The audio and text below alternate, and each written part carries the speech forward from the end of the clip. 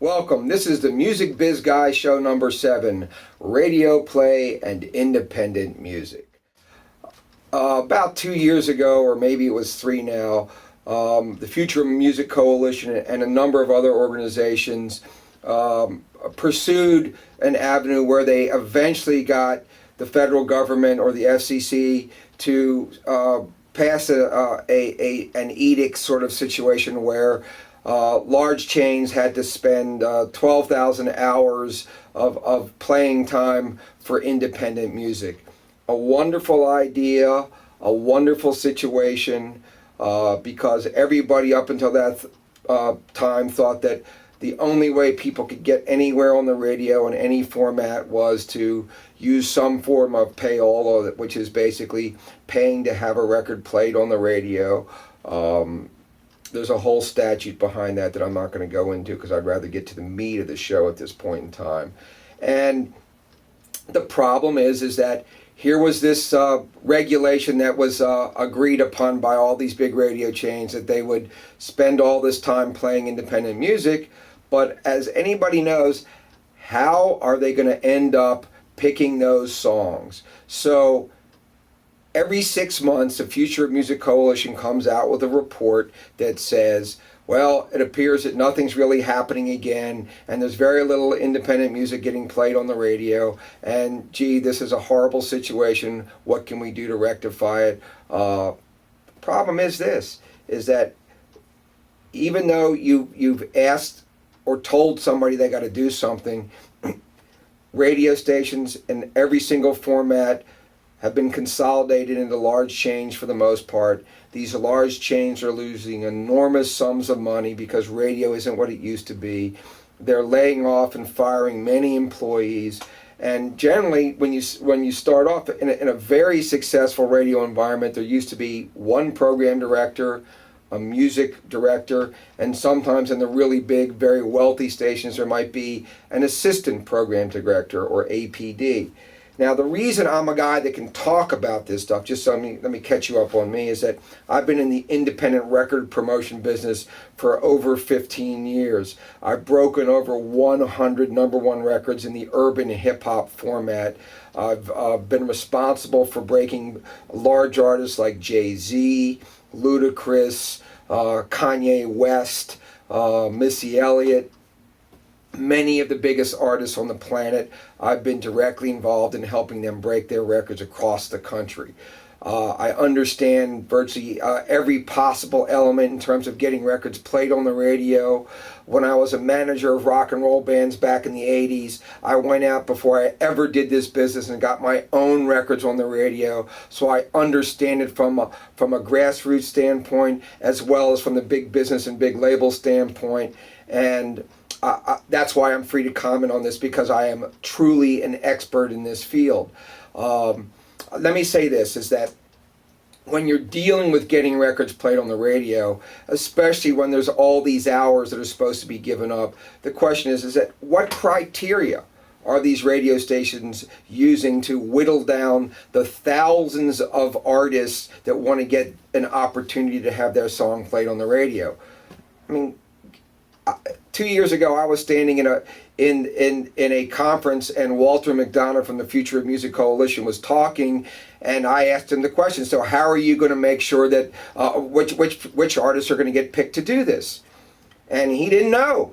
He says, well, I mean, what suggestions do you have? He didn't know.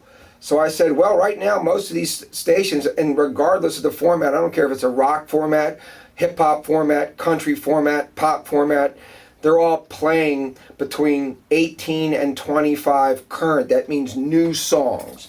The rest of the stuff they play are older songs that you've liked, or songs that just finished becoming hits, or whatever. But there's only slots for basically 20 new songs. So if these rock stations, let's take them because that's really where the issue is, are getting inundated on a weekly basis with hundreds of potential independent records that want to get that slot for that hour a week or 2 hours a week that they're supposed to be playing this independent music, how are they going to pick them? How are they going to decide who's the lucky guy, who deserves to get this record?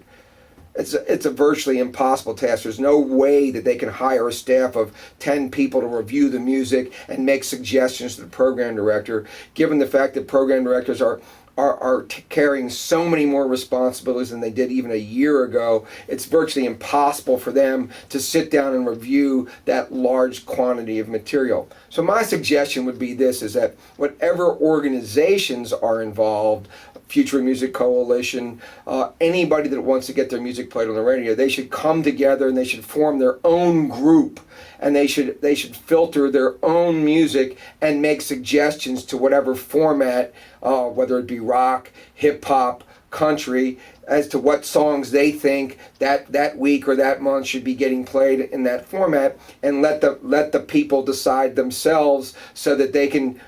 Nobody can blame it but themselves as to who gets on the air, and you have to have some process that's organized and created by the organizations that fought for and got this particular thing. It's not about a money getting played scenario at radio anymore. These guys are so scared about losing their jobs, they only want to play those songs that they think they can get the best ratings for. It's like any other business. When the big guys come in and talk, they have staffs that can come in and talk about their records. So of course, they're going to have a leg up no matter what. It comes down to one thing, two things really: how good the music is, and then your relationship with that program director. It's not about what you give them or give the station. Those days are long gone.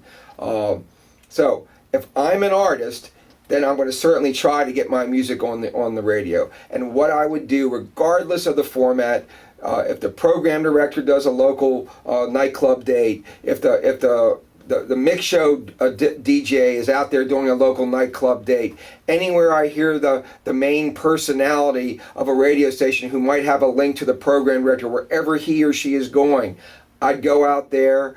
I'd slowly build a relationship. I wouldn't be throwing CDs at them, say, play my record. I'd build up a relationship with them so that they can like you, and then say, oh, by the way, my artist so-and-so, I believe, really deserves a shot.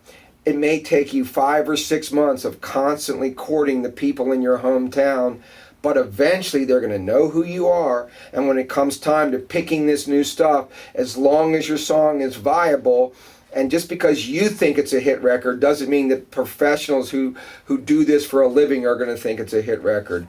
I mean, I've been at this business for 15 years. I mean, I spent another 25 years before that trying to understand what it took to make a great record, a great song, even a hit record. And you find out when you go to radio that sometimes you're so far off the mark that what the people end up deciding is a hit record, because anybody, once they force some radio station through whatever means possible to get that record on the radio, it comes down to you, the people, to make that final decision. And given the fact that you, the people, are leaving listening to mainstream radio in ever greater numbers, and there isn't the pool or the audience to make these decisions as accurately as they used to be made, a lot of songs never make on the air that probably would have in a different day. And you've got so many places for music to get played. There's hundreds and hundreds and hundreds, thousands of internet radio stations. Everybody's got a place to play their music. You've got MySpace, Facebook, iMeme, all these pages and places that stream music. So the whole fragmentation of where and how people can listen to music is spread out everywhere. So getting this music down, getting it played is something where you have to work at it as hard as anything else you're going to do. You have to make friends, build relationships, and hope that your music will stand the test for those decision makers or those gatekeepers who are going to make that final decision. This has been the Music Biz Guy and his sidekick Ricky, Cecil B. Domesic, and the Music Biz Guy Show, number 7, radio play and independent music.